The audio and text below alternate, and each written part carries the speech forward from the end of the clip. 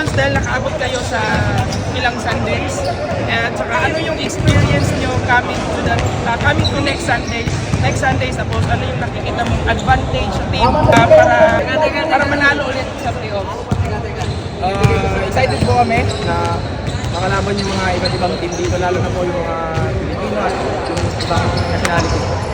At siguro yung maging advantage namin, mas composed kami ngayon kumpara sa last 2 games na natalo. Ano yung mga adjustment na ma-share mo sa mga tao na para hindi ito mangyari for the next Sunday? Siguro maging patient kami. Kasi magkakaroon sila, patient kami, magkakaroon din kami. So, hintay lang kami sa opportunity namin. Okay, salamat. Tapos, guard it. Okay.